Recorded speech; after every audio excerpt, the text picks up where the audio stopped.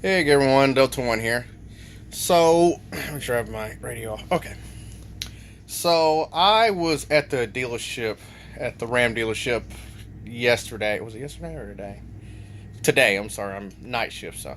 I was at the dealership today looking into some parts for the Ram to decide whether I want to, how I want to go with it. Whether I want to just spend the money and buy my own J2534 programming module and just get a Tech Authority online subscription to program the truck myself, or if I'm going to just buy the two remaining modules that's left that I need on the truck, and then having the dealership program it. Well, I was at the dealership, and my Mopar dealership, like I don't know if every Mopar dealership does this, but it's $100 even plus tax, $107 to diagnose an issue. Now, it doesn't matter what the issue is, they are obligated, once they take your vehicle, to not give your vehicle back to you until they find it. Or they're obligated to not charge you any money, charge you until they either A, can't find the issue, or B, they find the issue. And what I mean by that is, if you take your vehicle in and they don't find anything, you still have to pay the $100. But they have to be 100% sure that there's nothing wrong with their vehicle that they can find at that point. Or if it takes them a little bit more time than the 1 hour diagnostics time that you're actually paying for, it doesn't matter, because you paid $100 and there is something wrong with your vehicle, but they acknowledge that it's not acting right, but they can't find it, but they acknowledge something's wrong with it. They have to give you some kind of answer. Either A, there's nothing wrong with your vehicle, or B, this is what's wrong with it. Some dealerships will tell you that there's something wrong with your vehicle, but we have to replace this in order to be able to continue diagnosing. Now, in order for that to be valid, something has to be actually wrong with that component that you have. Like, for instance, if you come in and say that you have a vibration in your steering wheel, they can't come in and say you need new tires for us to diagnose any more vibration on your vehicle, because you can easily just rotate your tires and move your steer tires to the rear, or balance your tires and then actually running again and seeing if that does it. And that way they can do that at the shop as your diagnostics, and just rotate. Now, they don't have to balance your tires, but they can move your tires from the rear to the front to see if the vibration stays. Because even if your rear tires are out of balance as well, the vibration won't be the exact same. So if the vibration changes, it would be that. But they can't say that, hey, you need new tires, in order for us to diagnose whether or not the issue is coming from a imbalancing your tires, or a warp rim, or it could be your bad tie rod end, ball joint. They can't actually tell you that you need to replace your tires in order for them to go any further, because that would go against what you're paying them to do, is to diagnose the issue. Now, there are cases like where, in my case, when I took my Ram up there and I had to have it diagnosed for electrical issues, where they wasn't getting any power inside of the truck. Now, the thing is it was contradictory to what I was having. I would take the truck up there fully functional, and then I would leave it with them functioning, and then they would give it back to me not functioning. And it was always, the reply was that there was a short on the CAN system. Well, the thing is that they can't go any further than that until, they diagnosed that the reason the truck was malfunctioning when they got it was that when I had the truck and I had it, because I removed the interior out of it, I was actually getting into the vehicle properly, whereas their techs were just moving around on the carpet and they were chafing the wire harness, and they were shorting out the CAN wires in the harness. So they would short it out when they did it. So they couldn't go any further because they've already diagnosed my issue, that the CAN system. Now, that doesn't tell me anything, because to diagnose anything on the CAN system is another diagnosis in itself. So there was this person that had a 2011 Dodge Challenger. He had it lifted, I think 26-inch rims on it, whatever. The car overheated, and then he shut the car off, let it sit, started back up after it cooled down, and ran, and it never did it again. He said he had another issue that I can't remember what it was, but he had another issue, and he took it to the dealership, and he left it at the dealership for like 3 days, and came back, and the dealership said they couldn't find anything wrong with it. Now, he did say there was a check engine light when he got on the throttle. There was a check engine light, but it was a flashing check engine light, not a constant check engine light.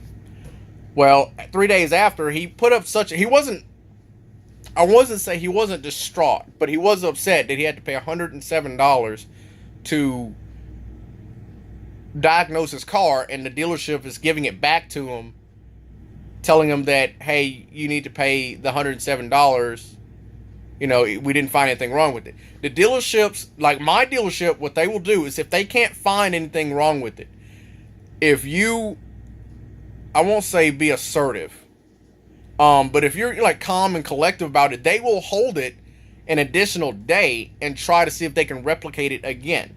And the way that works is it's really confusing to a lot of people that will take their vehicle to the dealership to get it diagnosed, and the dealership tells them they can't find anything, and that some dealerships will tell you that they just had to flash something, which would be covered under your diagnostics.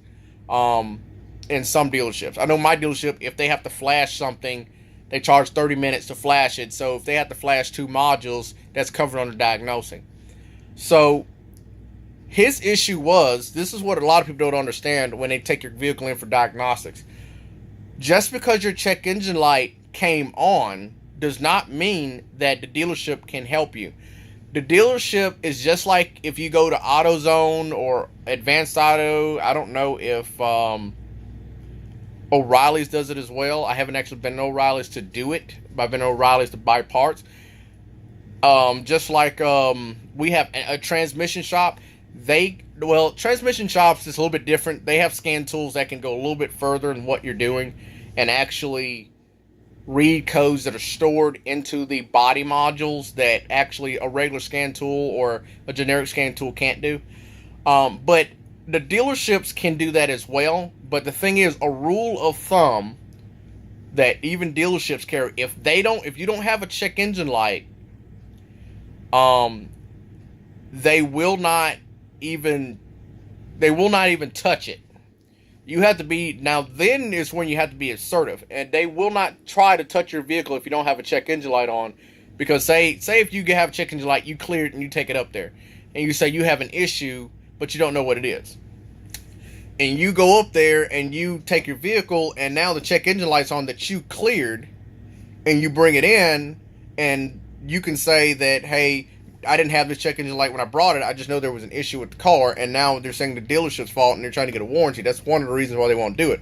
But a lot of people don't understand is that in your ECU and in some of your modules, there is a last DTC cleared reference in your computer. In some vehicles, you can't clear that just by removing the battery. It's stored in, I think it's stored in RAM or ROM that's on the actual module, where it will tell you the last time the DTCs were cleared. But rule of thumb is that if your check engine light comes on, depending on the code setting criteria that it takes to turn that check engine light on, if that check engine light turns off, there's no guarantee that there's a stored code in it. For instance, if you have a skim key that I talked about in my last video, error, and eventually you can start your car with your key again, that skim key code will go into the stored section and will go in some vehicles, some manufacturers, it won't go away at all without it being cleared from, a dealer scan tool. But in most cases, after so many starts or so many key turns, it'll clear itself out of the stored library or frozen data. Codes such as where it has a code setting criteria of a imbalance or something is out of range, those codes will come up And when they turn off, it's not stored anymore. It's not in stored. It's an active code only. There are a lot of codes that you don't know about that your car can actually pull up and throw a check engine light for that aren't will never set a stored code. It will only store as active. For instance, loss of communications. If you lose communications with the ECM, the TCM, the steering wheel control module, the ABS, the occupant restraint, your HVAC system, your radio, if you lose comms with that module, it will set an active code for it. If for any reason that, let's say that module comes back, all right, now that if it asks for mill light, a mill light to come on, it'll turn that mill light off and it'll be stored. Now, I know for a fact that my RAM, I want to say if it regains comms, it will stay in the stored. A loss of comms will stay in the stored until it's cleared with a factory scan, well, a factory level scan tool. A regular scan tool won't clear it. It has to be a factory scan tool. It may or may not clear when you pull the battery cable. I don't know. I've never actually tried it. I have a factory level scan tool. So I have a YTech and I have my Altel MS905, I think. M905BT. So I have two factory level scan tools. So I've always cleared it with that. For instance, you've got sensors that'll be intermittent that will throw a check engine light and will turn off. Well, if you take your vehicle to the dealership to have it checked out, if that code does not stay stored, the dealership can't do anything for you. In most cases, when you accelerate and you have that check engine light that's flashing, in most cases it is a misfire. Now, here's the thing, because if it was an older vehicle, like say my 3rd gen Ram, usually when it does that, it's a misfire on a cylinder and it flashes that as an active misfire or a random misfire. And then when you get down to speed or get at a level speed, the light would stop flashing and it may stay on or it may not. And once it has run without a certain number of misfires, it will go back to its normal mode and will turn the check engine light off and it will not be stored. On newer cars like my 4th gen Ram, my 2014 Ram, you can accelerate and it could be a misfire in the cylinder. It could be a cam phase out of range. It could be a crank phase out of range. For instance, the 2014 3.6 liter VVT Rams have 2 cam sensors on it. Well, yeah, it's got 2 cam sensors on it. It's got a crank sensor on it. And the transmission torque request, and then there's something in the ECM also. I can't remember what it is. There's something else in that. All of those need to be in sync or reading the right range to not throw a check engine light while you're under acceleration. So if any of those go out of phase while accelerating and it throws a check engine light and you go back under normal load, that code more than likely in most cases will clear on their own. And if you take it to the dealership, if they can't duplicate that process or duplicate that error, they can't help you. No matter how much you want to curse them, no matter how much you want to call them the dealership, what they are, there's nothing you can do about it if your code does not stay in the computer. You have to have somewhere to start in order to diagnose anything. You can't break your leg and have no signs of, like, you can't break your leg and have no pain and tell the doctor, hey, I broke my leg, I have no pain, I have no bruising, which is impossible. But break your leg, have no pain, no bruising, and tell your doctor, I might have broken my leg, I don't know. The doctor knows to check your leg. But you can't break your leg, or let's say if you twist your ankle or sprain your ankle, you can't go to the doctor and say I hurt myself and tell the doctor to fix you up. The doctor doesn't know where to start. They don't know All right, where did you hurt yourself? How did you hurt yourself? What happened? They don't know you sprained your ankle because you haven't told them yet, and that's what the dealerships look for when you take them in there. When they plug the scan tool up to it, they're looking for what is hurting on the vehicle to know where to start from. If you have a misfire code, they look at cylinder and O2 sensors and stuff like that. And that's kind of a little different though. Because in those cases, what they'll do is they'll start off by, because you paid the $100 for diagnosis, they will go in there and a proper mechanic will pull up your O2 sensors, your readiness monitors, your fuel pressures, your phasing, your fuel trims, short-term and long-term, and run the vehicle. If they have a rolling road, they'll run it on that. If not, they'll take it on the road, and they'll pull all of that up while driving the vehicle and see if all of that's acting the way it should. Because there is a lot of code setting criteria that do not get met that still causes the vehicle to not run right. But if you go to the dealership and you have an issue with your car, you need to be able to tell them what your car is doing, what were you doing when it happened. Don't lie, because that makes it even worse.